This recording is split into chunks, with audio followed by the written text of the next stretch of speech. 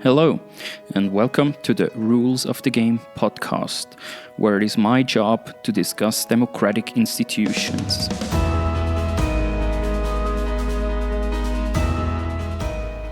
First of all, I want to say a few things about the invasion of Ukraine, as it is much related to what I'm talking about in my podcast constantly.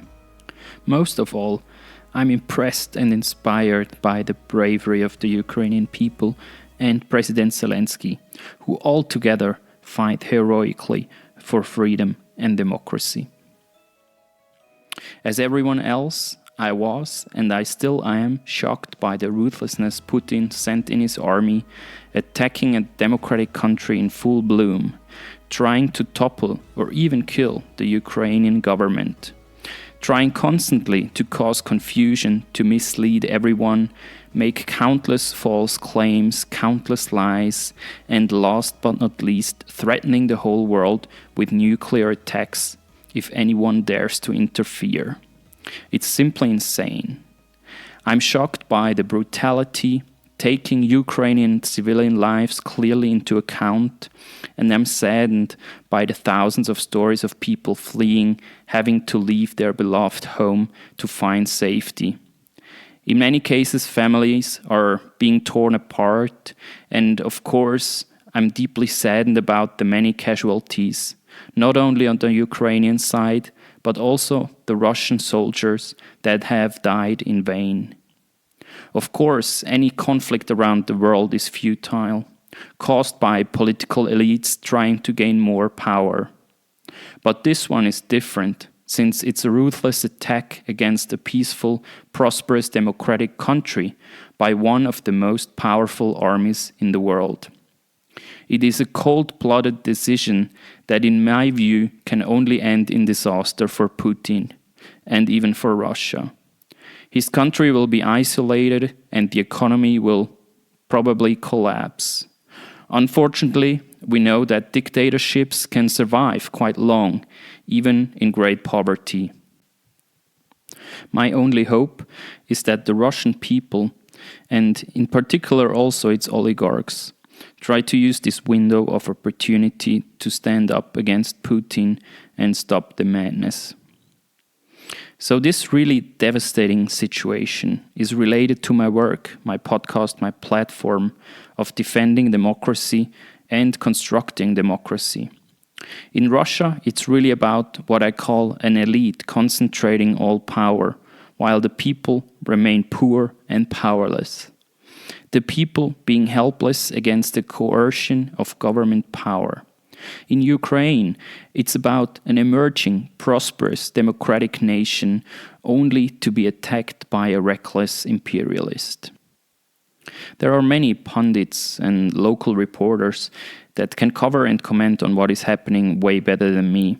And hopefully I will have soon someone on my podcast that can discuss and assess the role of the institutions in these developments. In this episode, I want to talk more fundamentally about the struggle for political power between elites and the people. I call this a short history of political institutions that summarizes and explains the process from small local societies that were based on kin, that were integrated into monarchies, and then finally made the transition to democracy. This is a highly simplified account, of course, and there are many alternative theories, but I think it helps to think about the emergence of democracy from a political economy perspective. Cities and countries have had different degrees of inclusion of the society and government. Periods of exclusion and repression were followed by periods of inclusion and participation. First of all, though, I want to explain what I understand by institutions, because maybe you have also been wondering why I call my podcast The Rules of the Game. I am your host, Stephan Kyburz, and this is the 17th episode of the podcast The Rules of the Game.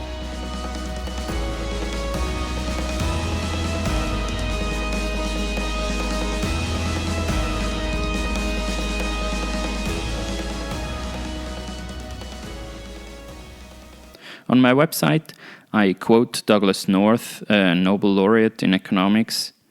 Institutions are the rules of the game in a society. More formally, they are the humanly devised constraints that shape human interaction. Thus, they structure incentives in exchange, whether political, social, or economic. Institutional change shapes the way societies evolve through time, and hence it is the key to understanding historical change. In this episode, I focus on the understanding of historical change. That also, hopefully, helps us to understand today's problems and struggles for power and democracy. Institutions can be both formal and informal, and both play hugely important roles. Formal institutions are the constitutions and laws that regulate how a society is organized and functions. Informal institutions are unwritten agreements in society on behavior and manners. For example, to shake hands when we meet another person. Nowhere it is written that we shake hands when meeting someone. Formal and informal rules differ, of course, tremendously across countries and cultures. If you look at sports, like a football match, you see formal and informal institutions in action at the same time on the pitch. A foul is a formal institution, while helping your opponent back onto his or her feet is an informal, fair play institution. Institutions guide our behavior. They give us incentives and provide a basis for building trust. When we buy an apple, we can be sure that the money in our pocket has a certain value for the exchange. The person selling the apple will agree on the trade. The value of the coin I give is guaranteed by the institution of the central bank. Institutions are making sure we can expect others to behave according to commonly agreed rules. Government institutions are like an insurance mechanism. They provide security about the legal situation, and they enforce property rights, create a level playing field, and encourage investments in new technology and skills.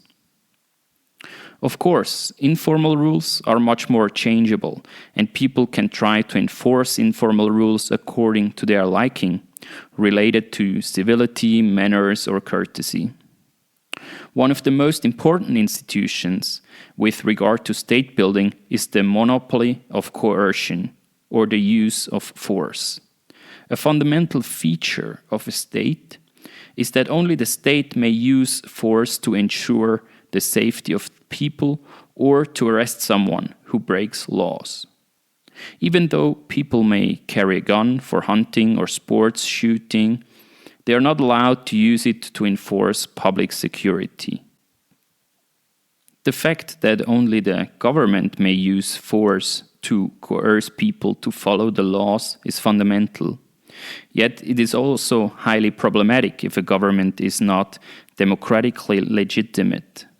The police in many countries is not seen favorably exactly because they physically embody the monopoly of power.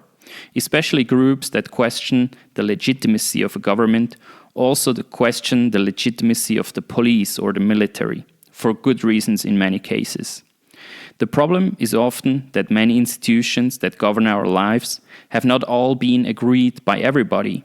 It is impossible to find commonly agreed rules by anonymity. That is, all people agree to the rule. Yet, in a functioning democracy, rules should be agreed by a majority of the people.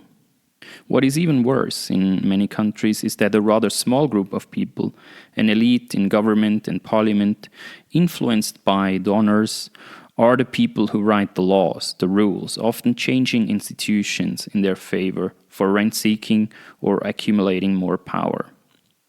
Often people have no actual say in the rules of the game.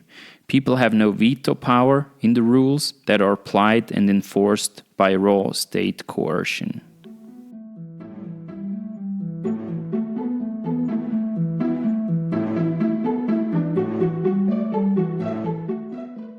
But what is political power? Where does it come from? At this point, I want to introduce a few concepts that I think are helpful in thinking about society and government. First, I'd like to introduce the difference between de facto and de jure political power, a concept used by Darren Acemoglu and Jim Robinson in the book Economic Origins of Dictatorship and Democracy. I use some of their concepts and reasoning that I think are helpful. De jure political power is given by the political institutions in place, the written rules that are provided in the Constitution and the basic laws. How is Parliament elected, for instance? Or who decides who is the head of state? De facto political power, on the other side, is given by how much economic resources and physical raw power any political group has, also depending on the distribution of resources in a society. A political group will have considerable de facto political power when it has militias and guns to kill other groups, or it has great political influence through economic wealth. De facto political power can also be seen as the power of opposition groups or the general public to organize demonstrations to put pressure on the government. Simply put, the distribution of economic resources today affects who in society has how much de facto political power. Political institutions determine de jure political power today and tomorrow and in the future. The balance of de facto and de jure political power today affects whether institutions are rewritten and hence affect how de jure political power will be allocated in the future. Let me give you two recent examples. First, in Chile in 2019-2020, huge protests erupted. And you find a previous episode with Claudia Heiss on Chile on my podcast. More than 1 million people went onto the streets of Santiago de Chile and other cities to protest the government and parliament who held the de jure political power.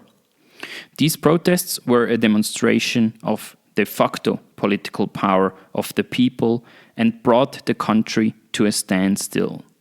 A state of emergency was declared by the government because it was afraid that the country would fall into chaos. The protests built up enough pressure for the Chilean National Congress to proceed with legislating two popular national referendums on the constitution and electing a constitutional convention. In the case the new constitution will be approved, it will change the de jure political power in the future. So the temporary de facto political power in 2019-2020 on the streets of Chile is leading to the change of de jure political power in the future. The second example is Hong Kong and the protests that erupted in the city from the umbrella movement in 2014 and leading to the Hong Kong protests of 2019-2020. The huge protest movement had 5 demands that included universal suffrage for the Legislative Council elections and the Chief Executive. We all remember how the protests were brutally repressed by security forces. Instructed by the Chinese Communist Party in Beijing, a stricter security law was put in place, giving the Hong Kong government even more de jure political power to suppress opposition and arrest people demanding more democratic rights. So the massive de facto political power on the streets was not sufficient to change the de jure political power. On the contrary, de jure political power by the government elite was even strengthened after the protests and consolidated power by the regime. Both examples show the interplay between de facto and de jure political power, both of the people and the political elite in government.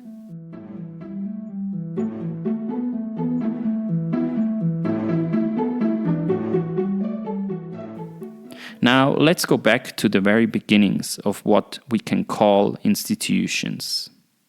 So how and when did the first political institutions emerge? The following thoughts and descriptions are based mainly on the book Prosperity and Violence by Robert Bates. I'll link to it in the show notes. It provides an excellent account of how institutions, and in particular state structures, emerged and evolved. In the beginning, there was a state of nature that was described by Thomas Hobbes in his very famous book Leviathan. There was no law, and man was indistinguishable from beast. That's a quote from him. This state of anarchy was undesirable because it provided little protection. It was survival of the fittest and stronger human being or group. If there is something to eat, like an apple on a tree, whoever is more powerful will eat it. This is, of course, a simplification. Then, in the early stages of human settlements, societies were based on kinship. Small communities of families were the main societal structures, based on informal institutions. Communities living at the subsistence level had to protect themselves against invaders and looters. The family and the kin provided a social insurance mechanism and safety. The better a kin was in defending itself, the more likely it was to survive and prosper. Yet this meant that a lot of their available resources were spent on defense technologies. Since there was no state, no government, no police, no army that would have provided protection for the communities, they had to provide security themselves. Kins invested in their warriors, and a substantial part of the community was busy with providing security. Again, in the words of Thomas Hobbes, you end up in a war of everyone against everyone. This state of nature can only be overcome with some type of government. It was a political economy of redistribution between groups. The total production possibilities were kept due to its limited economies of scale and scope and technologies. And so one way for communities to become more wealthy was through looting. That is a type of redistribution. Coercion was used for redistribution and to protect the limited productions of kins or tribes. This is again a very rough account and obviously exaggerated. At some point, successful kinships conquered or joined other clans, other kins, and enlarged their territories. These territories grew larger and larger, and security could be used at scale, and more resources were freed for production. When farming technologies improved and security was provided to the communities at scale, farmers were able to spend more resources on production and could increase their yield. This specialization allowed communities to build towns. The new wealth in the towns also led to more wealth in the rural areas and again to a militarization for protection. The militarization of the rural areas again made dwellers demand more security. In the course of this prosperity and violence, some kin groups did better than others, and those kins that prevailed formed ruling lineages, and at some point provided kings. Only when the monarchs were able to impose order and organize security, the territories became less violent again. But monarchs could not just proclaim peace, they had to organize it. Monarchies were able to provide security to their communities in exchange for some sort of tax, often in the form of natural produce. Once monarchs were wealthy enough to assemble armies and to demilitarize kin groups and communities, the ruler had the monopoly on coercion. This new political order can be called an institution of peace, and everyone living under the institution was strictly bound to keep peace. Agreements of this kind were gradually established point by point across the country by the king. The demilitarization of monarchs' territories was an important step in the construction of more sophisticated state structures and the legal system. The demilitarization prevented groups within the kingdom from fighting each other, reduced looting, and of course, threats against the king himself. The increased safety for all citizens allowed them to employ all resources in the production process, not having themselves to care for security. The monopoly on coercion and the securing of property rights are a fundamental part also of today's nation-states. Security, if sufficiently provided, allows the economy to focus on production and consumption of goods, while the people have to spend very little on security. This obviously depends on how effective a government is in providing security. Monarchs thus altered the purpose for which force was used, to enhance production, to terminate feuds, and secure property rights, to promote the creation of wealth rather than to plunder it. Yet, with having established peace at home, the monarch was also better able to fight wars abroad, trying to make citizens invest in his ventures and thereby enhance the capacity and size of the kingdom. The demilitarization and the monopoly on coercion, of course, also opened the door for monarchs and the ruling aristocracy to repress society, to extract more taxes from the citizens, to build new extractive institutions. Once the territories were demilitarized, the means of citizens to oppose new tax laws was limited. For the monarch, it was a balancing act to provide security to its citizens and to build institutions to foster economic development, while extracting some of the productive resources to secure the monarchy. Often, of course, monarchs would find it too tempting to extract more taxes than necessary and lead opulent, lavish lifestyles. More extraction limited the ability of production, and the majority of people, mainly farmers, were stuck with subsistence farming.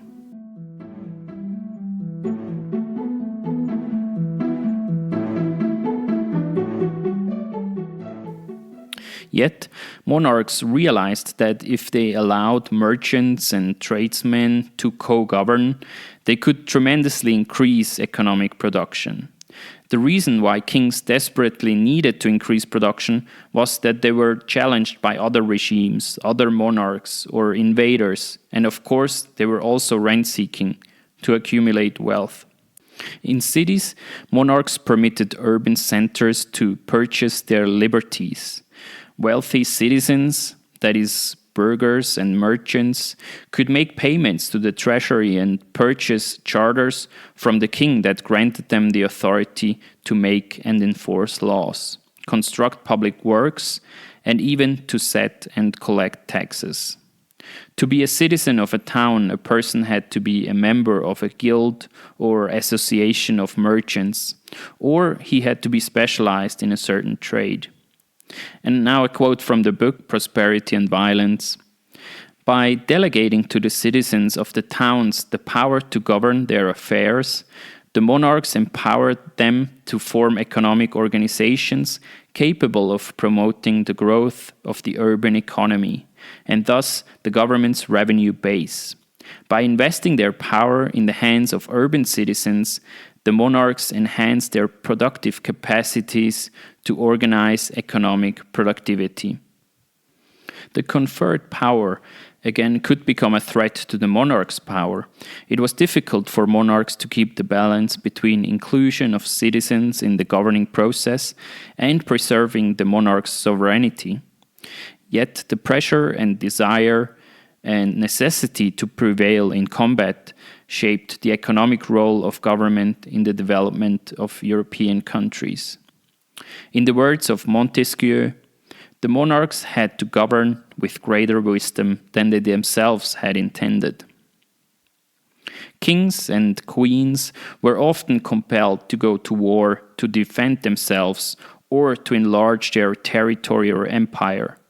In such cases, the monarchies were inclined or even required to cooperate with the wealthy elites to finance the wars. Private borrowing played a crucial role. Kings borrowed from the wealthy elites to finance wars and allowed them to make a good return. Merchants and wealthy individuals were also made to contribute to the wars through lucrative deals. Monarchs thus surrendered a portion of their sovereign powers to the people's representatives. Interestingly, the monarchs and emperors themselves became looters at the grand scale, across borders. The need to secure finances from citizens in order to pay for wars therefore produced the characteristic structure of political institutions in early modern times: parliamentary government.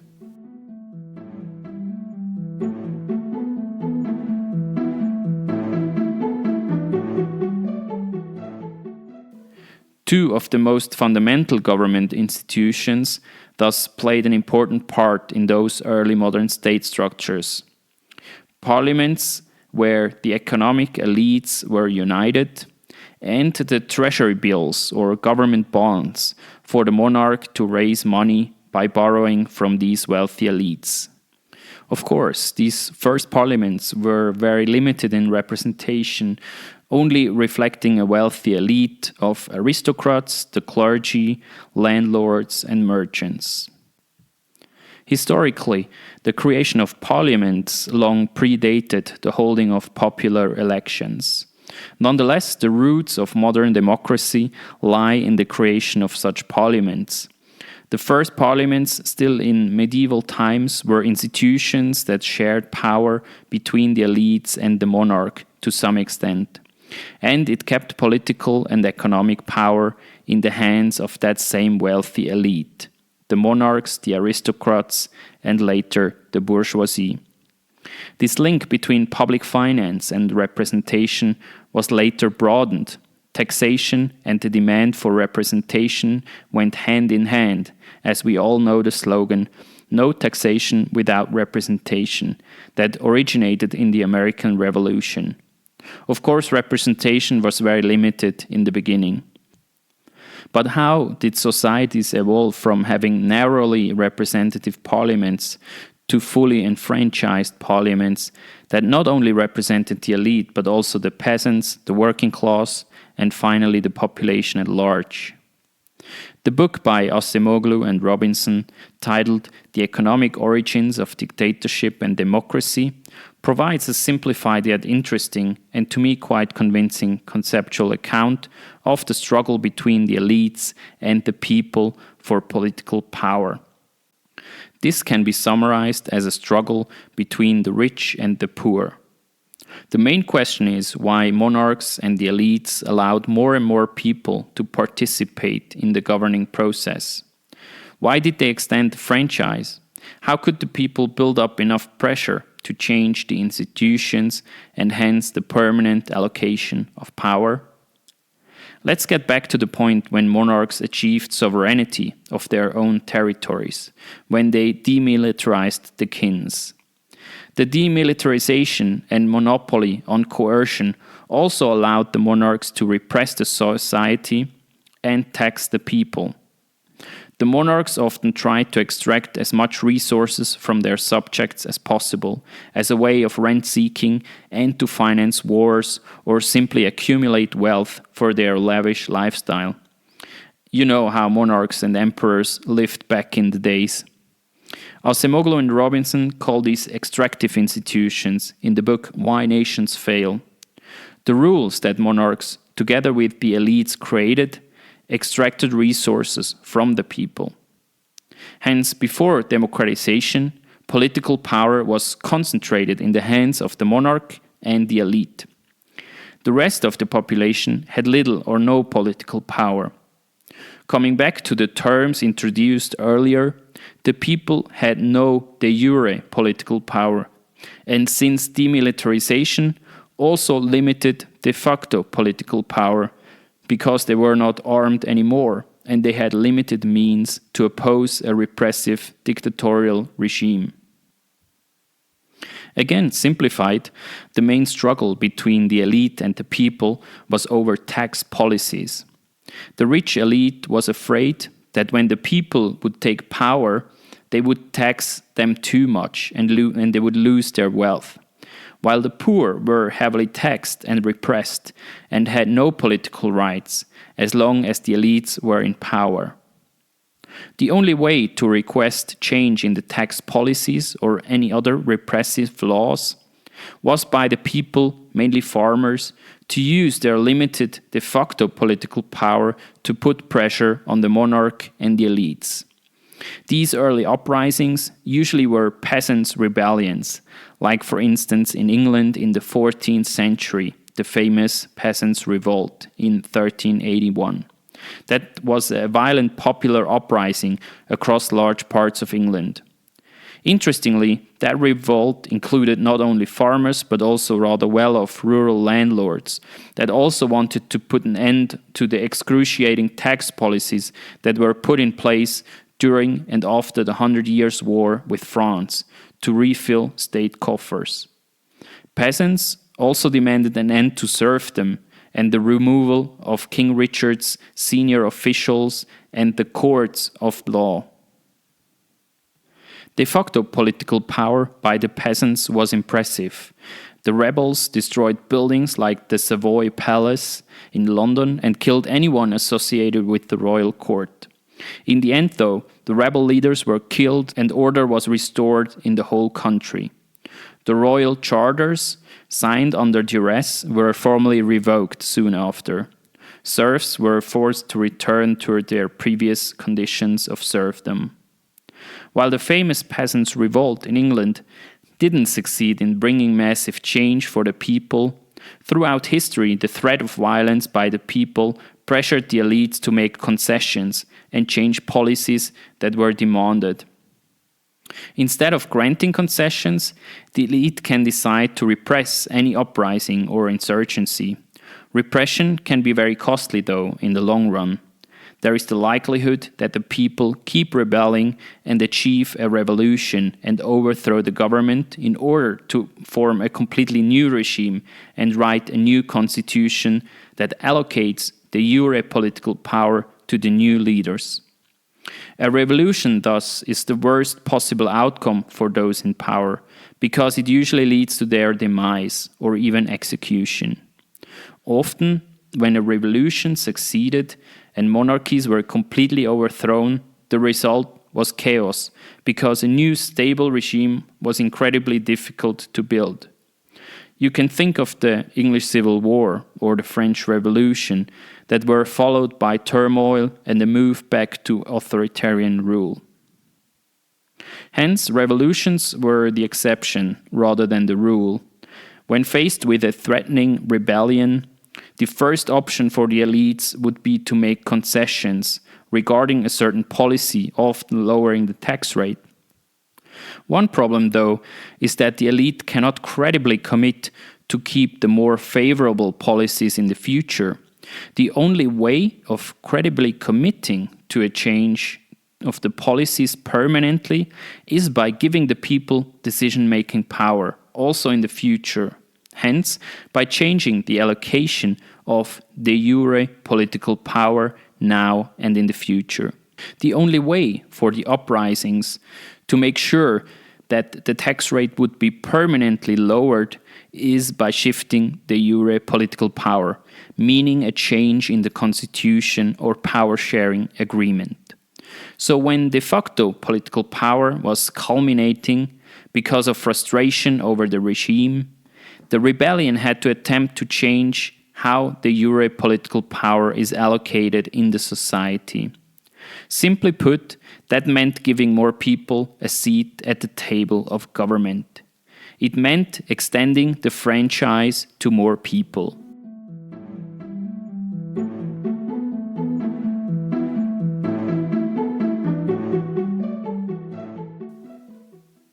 First, as explained above, these rights were granted to landlords and wealthy people, then merchants and tradesmen, then also the working class. And finally came universal male suffrage and universal suffrage for all citizens, in particular the women that had been excluded from power for so long. Now, that was fast forward, but you get the idea. Extending power to more and more people was a change in de jure political power, ensuring that people have political power today and tomorrow. The extension of political power was a process of gradually changing the basic institutions, the rules of the game.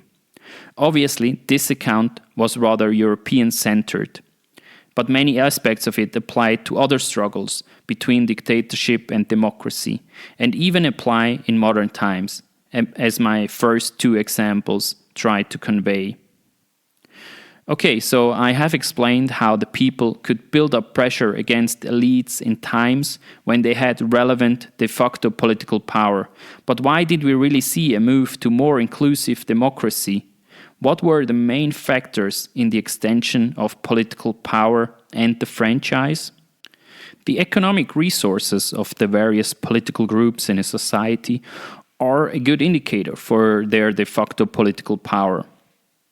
As explained, the first to be included in parliaments were usually the clergy and the aristocracy. And as landlords and merchants became more wealthy, they also demanded more political decision-making power. With more wealthy merchants and artisans, parliaments were expanded to include those that were able to finance the monarch's security needs via treasury bills. In Europe, in the age of discovery, a new class of merchants arose that became very wealthy. And finally, in the age of industrialization, not only brought wealthy industrialists, but also a well-organized urban working class that was able to accumulate a lot of de facto political power. Especially in the 19th century in Europe, the growing middle class and the working class were able to build pressure to extend the franchise. Many countries around the world had achieved universal suffrage in the first few decades of the 20th century because governments heavily depended on the working class and society as a whole for the production and as soldiers in the World War I. This period was a window of opportunity for the general population to build up pressure to extend the franchise, sometimes even to completely rebuild the government institutions, like the Weimar Republic, for instance.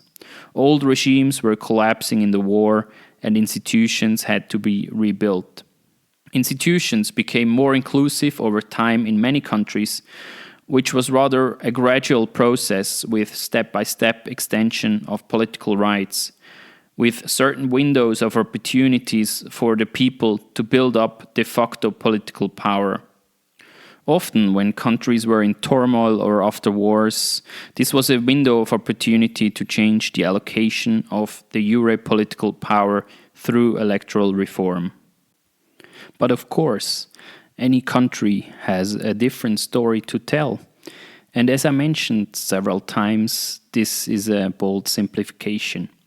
Nonetheless, I think it helps to think about when political change in institutions is possible. These are usually short periods of time when the excluded groups can use their de facto political power to call and force political institutions to change, to reallocate de jure political power today and in the future.